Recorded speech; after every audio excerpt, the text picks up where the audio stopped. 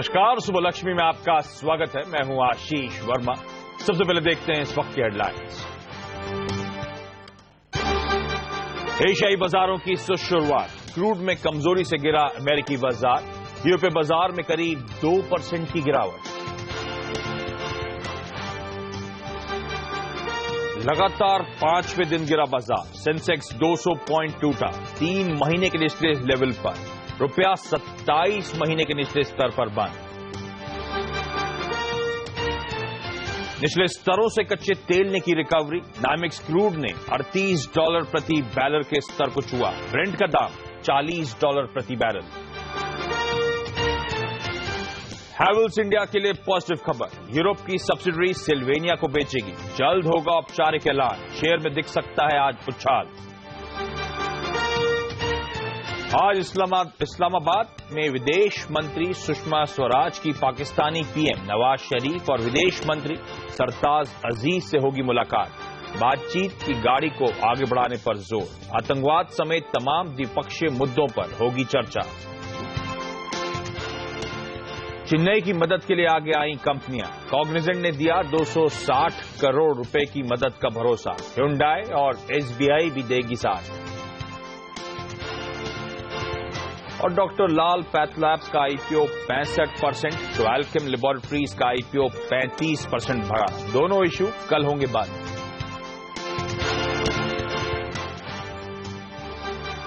चलिए सबसे पहले देख लीजिए किस तरह की मार्केट ओपनिंग के इंडिकेशंस आते हुए। सिंगापुर में जो हमारा निफ्टी कामकाज कर रहा है, कमजोरी के साथ ट्रेड्स वहां पे देखने को मिल रहे हैं। इनफैक्ट 1/3% के आसपास के दबाव के इंडिकेशंस हैं। ऑलमोस्ट 30 पॉइंट का दबाव। दरअसल एशिया कमजोर है और अमेरिका में हमने देखा था कल कमजोरी के साथ कामकाज होता हुआ, तो उसी का दबाव आज पूरे एशियाई और इंडियन मार्केट्स पे आपको शायद नजर आए। लेकिन सीएनबीसी आवाज के मार्केट एडिटर अनिल सिंघवी का मानना है कि भारतीय बाजारों में आज वॉलेटिलिटी यानी कि उतार चढ़ाव बना रहेगा। उनका मानना है कमजोर शुरुआत के बाद शायद मार्केट्स में रिकवरी आए, लेकिन कौन से लेवल्स इंडिकेट कर रहे हैं अनिल, ये मैं आपको आगे उनसे जब बातचीत करूंगा तब बताऊंगा। लेकिन जैसे मैंने कहा, एशिया कमजोर है क्योंकि हमने एक ओवर द नाइट कमजोर क्यूज अमेरिकन मार्केट से पिकअप कर रहे हैं और वही इस समय एशिया पे हावी होता हुआ।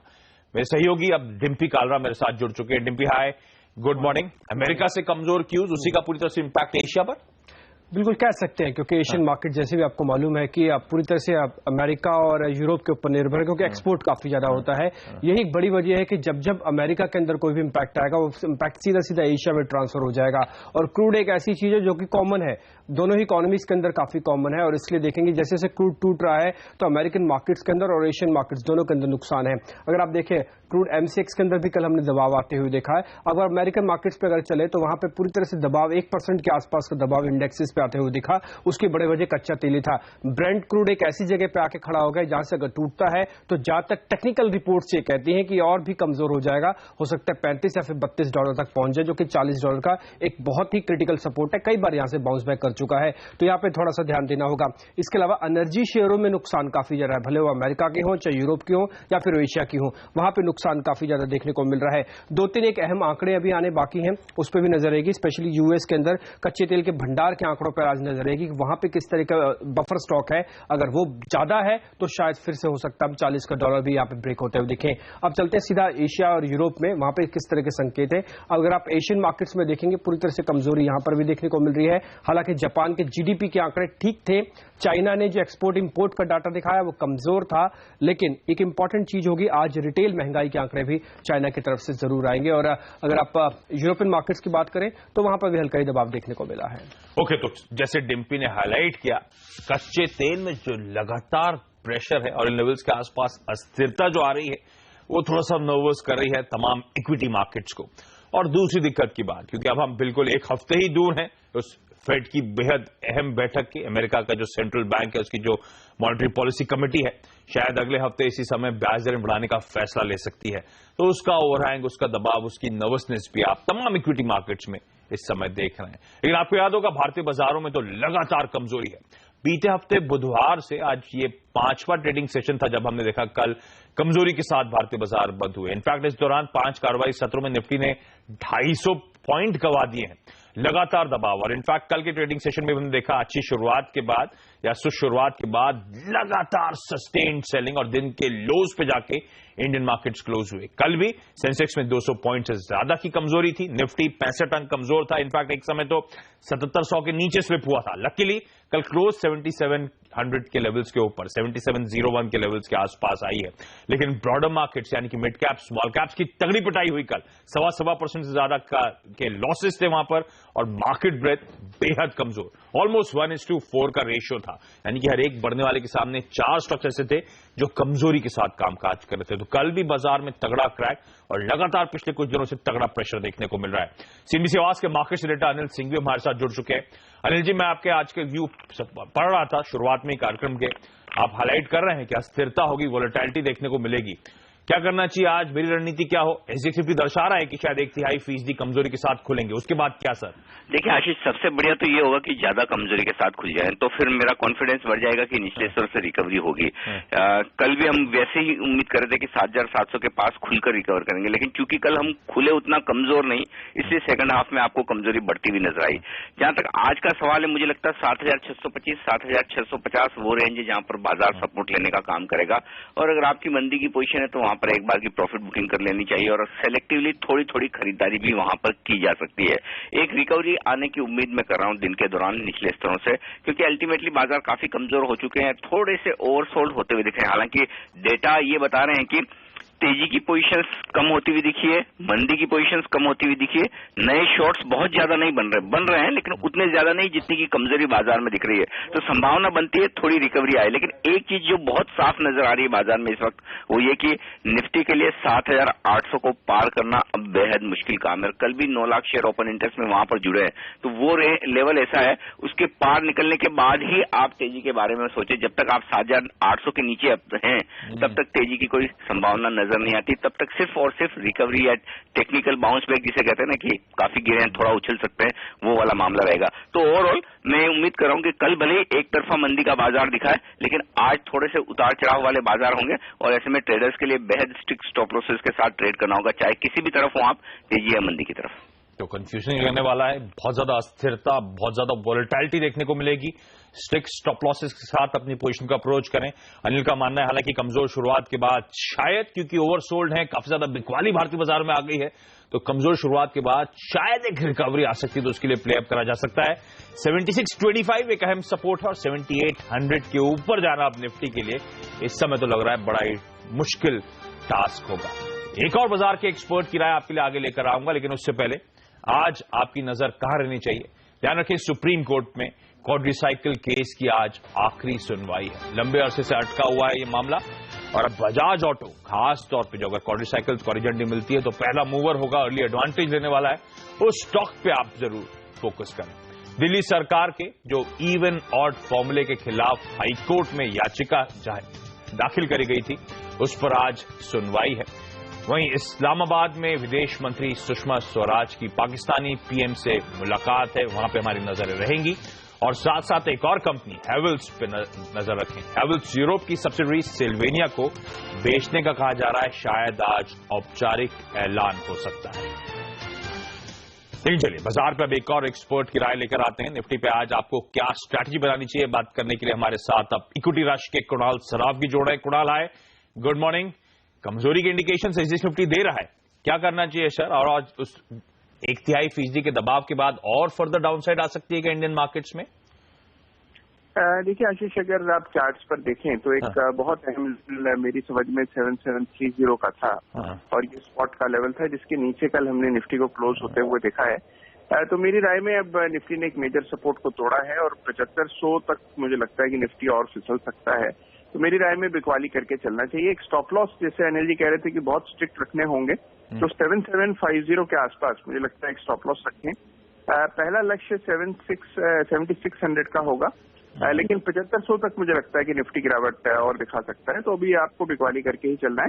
स्टॉप लॉस का ख्याल रखें, 7750 होगा स्टॉप लॉस। तो ये तो बहुत ज्यादा कमजोरी की अब बात इंडिकेशंस आते हुए 7600 के टारगेट्स का आप अप्रोच करें, निफ्टी में बिकवाली करने के मौके होंगे और इवेंचुअली कुणाल मानते हैं कि शायद 7500 तक के लेवल्स तक यहाँ पे कमजोरी आए। तो पिछले लोज जहां से हमने बाउंस करा था वो मेरे ख्याल से 7540 के थे, उसके नीचे स्लिप होने का खतरा बढ़ता हुआ। लेकिन कुणाल कोई स्टॉक्स आपने आइडेंटिफाई करे आज ट्रेड के लिए? देखिए 2 शेयर है, एक में लॉन्ग की राय है मेरी और दूसरे में शॉर्ट की। जिसमें सबसे पहले मेरे ख्याल से बाजार में जिस तरह की गिरावट और जिस तरह का ब्रेकडाउन हमने कल के चार्ट पे देखा, तो JSW एनर्जी मेरी राय में बिकवाली की जा सकती है और गिरावट आने की उम्मीद है। और यहाँ पर मुझे उम्मीद है कि आपको 76 के लेवल्स आते हुए दिखेंगे। स्टॉप लॉस यहाँ पर 80 का रखें। टाटा मोटर्स कल के ट्रेड में एक लोन सर्वाइवर था, जब बाकी सारे बाजार में गिरावट आई इसमें हमने कुछ मजबूती देखी, तो यहाँ पर बाई करके चलें। स्टॉप लॉस रखें 395 पर, लक्ष्य होगा 415। ओके, चलिए कुणाल बहुत धन्यवाद सुबह वक्त निकालने के लिए। कुणाल का मानना है कि निफ्टी में बिकवाली करें, साथ साथ JSW एनर्जी इसमें बिकवाली करने के मौके ढूंढें, लेकिन खरीदारी करने के मौके शायद टाटा मोटर्स में होंगे, जो कल के कमजोर बाजार में भी आपको मजबूती के साथ एटलीस्ट हरे निशान के साथ कामकाज करता हुआ नजर आया था। लेकिन मेरे साथ डिम्पी अभी भी बने हुए हैं। डिम्पी, आपने कई सारे मार्केट एक्सपर्ट्स टेक्नीशियन से बातचीत करी है, क्या है उनकी टॉप ट्रेडिंग आइडियाज आज के लिए? आज के मार्केट को देखते हुए रुझान तो ज्यादातर सेलिंग का ही आ रहा है। और सिमी भौमिक से हमने बातचीत की, उन्होंने कहा आप DLF बेचना चाहें तो यहाँ पे बेच सकते हैं और उनकी राय यह है कि अगर थोड़ी भी आपको मजबूती मिले इसको शॉर्ट कर दीजिए। स्टॉप लॉस 112 रुपए का आपको यहाँ पे रखना है और टारगेट कहीं भी 106 से लेके 105 तक का आपको मिल जाएगा। तो DLF बेचने की रिकमेंडेशन है, लेकिन वो एक खरीदारी का स्टॉक भी दे रहे हैं। उनका कहना है कि जेट एयरवेज को बाय किया जा सकता है, वो भी माइनर डिप पे। जैसे अभी अनिल भी कह रहे थे कि कोई डिप मिलता है तो खरीदारी अगर करनी है तो शायद जेट उसमें फिट बैठ सकता है। स्टॉप लॉस 580-60 का रखें यहाँ पे और टारगेट कहीं भी आप 586 से लेकर 590 तक के रेंज का रख सकते हैं। इसके अलावा हमने मोहित गाबा से भी बात की, जो कि टेक्निकल ही देखते हैं मार्केट को। उन्होंने कहा कि रिलायंस पावर को बेचा जा सकता है, वो इनका जो टारगेट है वो 47 का है, स्टॉप लॉस 50 रुपए का है और जो ट्रेड होगा ये करीब 2 से 3 दिन के हिसाब से है। ओके, तो ये तमाम वो टेक्निकल आइडियाज हैं जहां पे आप फोकस कर सकते हैं। ज्यादातर लेकिन बिकवाली करने की सलाह है। लेकिन चलिए अब वक्त है आज के स्टॉक्स इन न्यूज जानने का। हेमंत मेरे साथ जुड़ चुके हैं। आज के वो टॉप 5 शेयर्स कौन से हैं हेमंत जो फोकस में रहने वाले हैं? देखिए आशीष, जब सब गिरावट की बात कर रहे हैं तो मैंने ऐसे शेयर ढूंढने की कोशिश करी है जहां एक कुछ पॉजिटिव खबरें हैं और शुरुआत करना चाहेंगे हेवेल्स के साथ। ये स्टॉक आज फोकस में रहेगा, अच्छी तेजी इसमें देखने को मिल सकती है और यहां से लेकर माना जा रहा है कि 10 दिन के अंदर अंदर या हो सकता है वीकेंड पर इसका औपचारिक ऐलान भी हो जाए। खबर यह है कि अपना जो लाइटिंग डिवीजन है जो इन्होंने 2007 में खरीदा था सिल्वेनिया का, जो यूरोप में है, उसको कंपनी बेच रही है। अभी तो फिलहाल मेजॉरिटी हिस्सेदारी बेचेगी और उसके बाद अगले 2 से 3 साल में जो बची हुई हिस्सेदारी होगी उसको भी कंपनी बेच देगी। आपको याद होगा लॉस मेकिंग एंटिटी थी ये कंपनी, उसके बाद मुश्किल से टर्न अराउंड कर रहा था, लेकिन एक ड्रैग था ये इनकी पूरी बैलेंस शीट पर। जब जब इस बिजनेस की बात होती थी तब तब चिंताएं निकल कर आती थी और इसीलिए कंपनी का मानना है कि अब वो फोकस करना चाहते हैं घरेलू बाजार पर और इसीलिए इस सब्सिडरी को बेचने का मन इन्होंने बना लिया है। डील हो चुकी है, हमारे सूत्र हमें बता रहे हैं और कभी भी इसका औपचारिक ऐलान हो जाएगा। खबरों में आज कुछ पेपर्स ने इसको रिपोर्ट किया है। रैलिस एक और ऐसा स्टॉक है जिस पर नजर कल से ही सबकी थी। कल ब्लॉक डील्स हुई थी और देखिए अमानसा होल्डिंग, आकाश प्रकाश जो चलाते हैं, उन्होंने यहां पर 61 लाख शेयर्स बेचे 170 रुपए के भाव पर, लेकिन ICICI प्रू म्यूचुअल फंड ने यहां पर खरीदारी करी है 25 लाख की। बाकी किसने खरीदा ये देखने वाली बात होगी, लेकिन 170 रुपए पे ये डील हुई है और काफी दिनों बाद ये स्टॉक फोकस में आया है। ट्रेडर्स का फेवरेट शेयर था, बिग बुल राकेश झुंझुनवाला की भी इसमें हिस्सेदारी थी। इसके अलावा बजाज ऑटो ये एक और ऐसा स्टॉक है जिस पर आज नजर होगी। जैसा कि आशीष आप भी कुछ देर पहले कह रहे थे, क्वाड्री साइकिल को लेकर अगर कोई भी सुप्रीम कोर्ट से फैसला होता है और वो फैसला इनके हक में आता है तो स्टॉक के लिए एक पॉजिटिव खबर हो सकती है और उसके बाद ये भारत में इस प्रोडक्ट को लॉन्च करेंगे। याद होगा आपको कि काफी सारी कंपनियों ने और इनके कॉम्पिटिटर्स ने PILs फाइल करी थी, वो हाई कोर्ट में गई थी और उसके बाद अब मामला सुप्रीम कोर्ट में पहुंचा था। तो आज इनके लिए बड़ा दिन हो सकता है अगर ये खबर निकल कर आती है। वैसे कई बार ये सुनवाई जो है टल जाती है या फिर नई सुनवाई दे दी जाती है, तो इवेंट के ऊपर आज नजर रहेगी। भेल एक और ऐसा स्टॉक है जहां पर कल हैवी इंडस्ट्री मिनिस्ट्री ने ये ऐलान किया है कि कोई भी उनका अभी मन नहीं है भेल में हिस्सेदारी बेचने के लिए। और वैसे भी देखिए 52 हफ्ते के निचले स्तर पर यह स्टॉक पहुंच गया, औने पौने दाम पर अब सरकार भी नहीं चाहेगी हिस्सेदारी बेचना, लेकिन ये क्लैरिटी आई है तो एक रिलीफ हो सकती है। ट्री हाउस यहां पर ये एक ऐसा स्टॉक है जो सबके रडार पर है। पहले लोअर सर्किट लगने का सिलसिला शुरू हुआ, फिर अपर सर्किट लगा और कल देखिए अपर सर्किट थोड़ी देर के लिए लगा और एक फिर से लोअर सर्किट पर जाकर बंद हुआ। लेकिन यहां पर खबर आई है कि कुछ गिरवी रखे शेयर रिलीज हुए हैं, तो इस स्टॉक पर भी आपको नजर होनी ही चाहिए आज के। ओके, चलिए धन्यवाद। तो टॉप 5 शेयर्स आज के हैवेल्स, पॉजिटिव खबरें आती हुई इस कंपनी के लिहाज से स्टॉक को आज रडार पर रखें। रैलिस फंड एक्शन के चलते आज आपको रडार पर रहना चाहिए। बजाज ऑटो, सुप्रीम कोर्ट की सुनवाई है, शायद आखिरी फैसला तो नजर आए क्वाड्रीसाइकिल्स के लिए, स्टॉक को रडार पर रखना चाहिए। बीएचईएल के लिए पॉजिटिव खबर, क्योंकि विनिवेश फिलहाल के लिए तो टलता हुआ नजर आ रहा है, ऐसे इंडिकेशंस मिनिस्ट्री की तरफ से। और फाइनली ट्री हाउस एजुकेशन बहुत वोलेटाइल है, पता नहीं खबरों पर किस हद तक रिएक्ट करे, लेकिन खबर अच्छी है। कैपिटल फर्स्ट ने इसके गिरवी रखे शेयर्स करीब 10-10.5 लाख शेयर्स प्रोमोटर्स के वो रिलीज कर दिए हैं, प्लेज यानी गिरवी रखे शेयर छोड़ दिए गए। लेकिन चलिए एक छोटा सा ब्रेक लेता हूं। ब्रेक के बाद कमोडिटीज पे फोकस करेंगे। ध्यान रखें कच्चा तेल ही है जो दुनिया भर के इक्विटी मार्केट्स पे तगड़ा इंपैक्ट कर रहा है। कल भी फिर हमने देखा फ्रेश 6-7 साल के लोज पे कच्चा तेल कामकाज कर रहा था, हालांकि लो लेवल से रिकवरी आई है। आज रणनीति क्या बना है? सोने में हमने देखा है कल हल्की खरीदारी आती हुई नजर आई थी, क्या ये खरीदारी और सस्टेन करेगी? जानेंगे एक्सपर्ट से इस ब्रेक के बाद।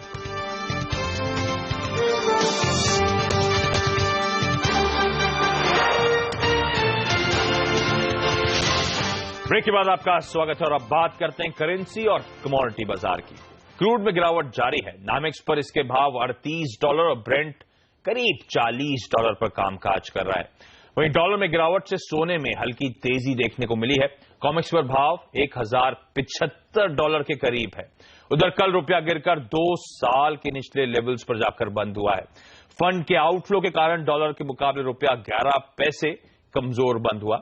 शेयर बाजार में कमजोरी के कारण भी रुपए पर दबाव देखने को मिला। लेकिन कमोडिटी और करेंसी मार्केट्स में आज हमारी और आपकी रणनीति क्या हो, इसको बताने के लिए हमारे साथ कारवाई कॉमट्रेड की प्रिया चौधरी जुड़ रही हैं। प्रिया जी, सबसे पहले तो रुपया 27 महीने के निचले स्तर पर कल पहुंचता हुआ नजर आया था मैम, क्या ये और दबाव देखने को मिलेगा या आज थमेगा? जी, आज और दबाव देखने को मिलेगा। अगर हम इसके फंडामेंटल की तरफ देखें तो overall emerging market currency weak है डॉलर के अगेंस्ट, तो डॉलर वहाँ स्ट्रांग है। और दूसरी तरफ एक्सपोर्ट को कम्पिटिटिव बनाने के लिए इमर्जिंग मार्केट अपनी करेंसी को और वीक कर रहा है। तो ओवरऑल मुझे लगता है कि अगर 66.60 का लेवल मिले तो बाय करके चले वहाँ। ओके, अच्छा, कच्चा तेल कल हमने देखा था फ्रेश लोज बनाता हुआ, उसके बाद लोअर लेवल से रिकवरी आई है मैम। वो मेरे ख्याल से शॉर्ट कवरिंग का सहारा मिला, मंदी के सौदे कटे थे। क्या आज फर्दर अपसाइड्स, फर्दर लेग्स लगते हैं शॉर्ट कवरिंग के? जी हाँ, वो एक रिकवरी की तरह ही देख सकते हैं। अगर कच्चे तेल की बात करें तो आज कच्चा तेल दबाव में ही रहेगा। अच्छा। क्योंकि अगर उसके फंडामेंटल देखें तो लास्ट 10 वीक से ये स्टॉक प्राइस बढ़ रहा है। वहीं एक्सपेक्टेशन है कि इन्वेंट्री आज प्राइस के लिए निगेटिव रहेगा। दूसरी तरफ ओपेक का जो डिसीजन आया कि कंटिन्यूअस अपने सप्लाई को वो कंटिन्यू रखेंगे, तो ओवरऑल मार्केट में भी सप्लाई ग्लट बना हुआ है।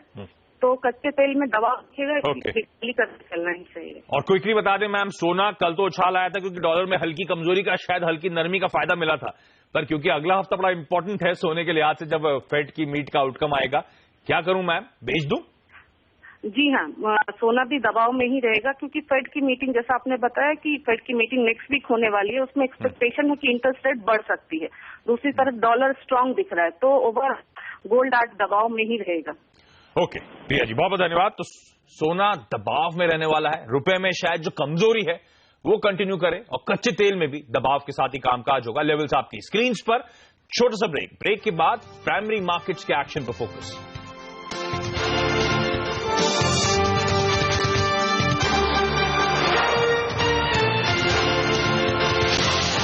ब्रेक के बाद आपका स्वागत है। और बाजार में कल दोनों आईपीओ जो खुले हैं, निवेशकों से बेहतरीन रिस्पांस इन्हें मिल रहा है। डॉक्टर लाल पैथलैब्स का आईपीओ पहले ही दिन 65%, तो एल्केम लैबोरेटरीज का आईपीओ 35% बढ़ गया है। एल्केम लैब्स ने अपने आईपीओ के लिए 1020 से 1050 रुपए का प्राइस बैंड रखा है और कंपनी इस इश्यू से 1000 करोड़ रुपए से कुछ ज्यादा जुटाएगी, जबकि डॉक्टर लाल पैथलैब्स आईपीओ ने अपना प्राइस बैंड 540 रुपए से 550 रुपए रखा है। कंपनी इस आईपीओ से करीब 625 करोड़ रुपए जुटाएगी। ये दोनों आईपीओ गुरुवार यानी कि कल बंद होंगे, ध्यान रखें। वहीं दिल्ली में जो चल रहा है ऑड इवन का फॉर्मूला अब दिन नहीं तारीख के हिसाब से चलेगा। मसलन 1 जनवरी को ऑड तो 2 जनवरी को इवन नंबर की कारें चलेंगी। दिल्ली सरकार ने इस बात का ऐलान कर दिया है। दिल्ली के परिवहन मंत्री गोपाल राय ने बताया कि यह नियम सुबह 8 बजे से रात 8 बजे तक लागू होगा। हालांकि संडे दिल्ली वालों के लिए फंडे बना रहेगा, क्योंकि इस दिन ये नियम लागू नहीं होगा और सभी तरह की गाड़ियां दिल्ली की सड़कों पर दौड़ सकेंगी। राज्य सरकार ने साफ कर दिया है कि शुरू में यह फॉर्मूला 15 दिन तक लागू किया जाएगा और अगर लोगों को परेशानी होती है तो इस पर पुनर्विचार किया जा सकता है। फिलहाल इस नियम से 2 व्हीलर्स को बाहर रखा गया है। ध्यान रखें, आज दिल्ली के चीफ मिनिस्टर अरविंद केजरीवाल की गृह मंत्री के साथ इस मामले पर मुलाकात भी है। लेकिन चलिए, कार्यक्रम समाप्त करने से पहले एक बार सेंसेक्स निफ्टी देख लीजिए। भारतीय बाजारों के इंडिकेशंस हैं कि आज कमजोरी के साथ शुरुआत होगी और अब कुछ कमजोरी गहराई है।